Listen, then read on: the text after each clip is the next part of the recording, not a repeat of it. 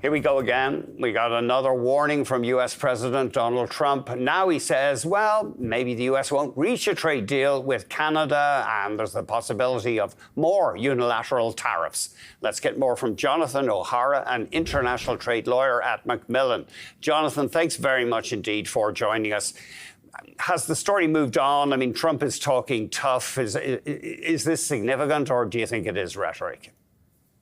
So I think there is some rhetoric there. I think there's also the fact that this is a really important deal for Canada. Canada's not going to rush into something that is bad for Canada, and Canada's going to wait until there's, the right deal to be made, is kind of some of the language we've heard from the Prime Minister.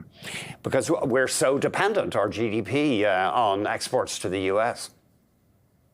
That is true. I mean, it is more important for us than for probably any other country. I mean, we look at the deal that Japan concluded not that long ago. Japan kind of accepted across the board tariffs at 15%. That would be really problematic for Canada, given how dependent we are on the U.S. And so I think that Prime Minister Carney really wants to get some kind of deal that is at least palatable for Canadians in the long term, because once we get a deal, I think it's going to be pretty hard to revisit it again in the short term. That's interesting. Yeah, a 15% tariff on all Canadian goods. That even if, say, the steel and aluminum tariffs came down to that level, that would be very damaging for our economy. Yes, and the 15% tariffs across the board, that's actually worse than what we're dealing with right now. So right now, there are only tariffs on, apart from steel and aluminum, there are tariffs mainly on Canadian goods that do not qualify for the preferential treatment under the CUSMA USMCA free trade agreement. And so 15% across the board would actually be worse than our status quo. And so I think the Prime Minister Carney is going to wait to try and get something that is, better than the status quo. And I'm still a bit confused by autos, but apparently some vehicles are subject to tariffs when they go into the U.S. There are some. I think it is the pretty significant majority. The way the tariffs are structured, is that it is most Canadian vehicles are still going to Canada tariff-free. Oh, going into the U.S., sorry. Sorry, going into the U.S. tariff-free. Oh, okay, correct. Right. Yeah, it's a tough one for the Prime Minister. He's already offered a sop by saying he'll remove the digital services tax, but presumably more concessions will be needed. That's right. And the digital service tax, I mean, that was a relatively small piece, although it did look pretty clearly like a concession to the U.S., which obviously was. President Trump has also made some noise about Canada's supply management system around dairy, other agricultural goods. That's going to be very hard for Prime Minister Carney to do anything about.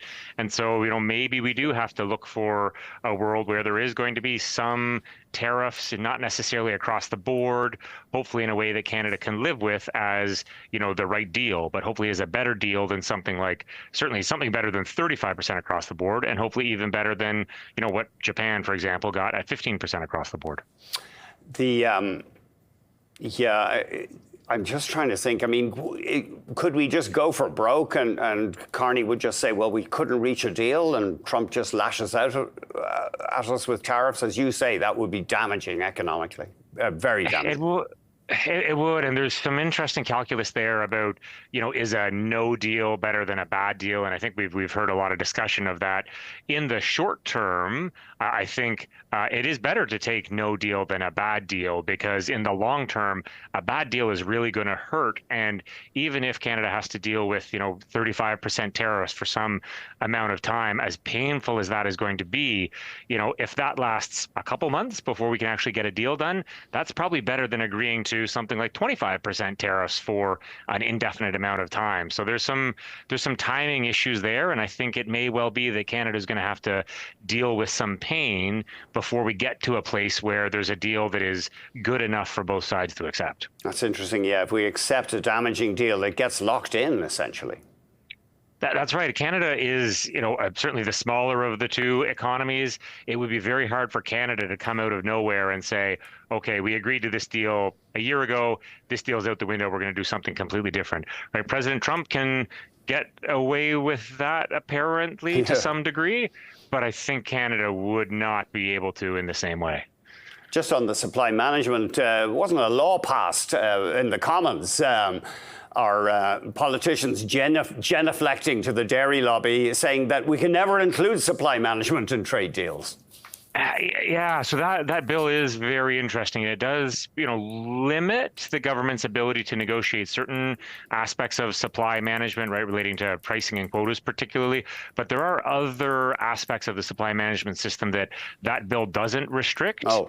And even still, I mean, that bill is just a bill of Parliament. Parliament can revoke that bill as well if it really needed to get a deal done with the U.S. Right, but it did actually pass, though, I think, the Commons. Yeah. Correct. Yeah, it is in force or on its way to being in force. Right. But the final version did control certain aspects, important aspects of the supply management system, but not every aspect of it. That's interesting. Yeah. You got to hand it to that dairy lobby. They really know how to pull the strings of the politicians. I guess that's it. The voting mathematics works out like that.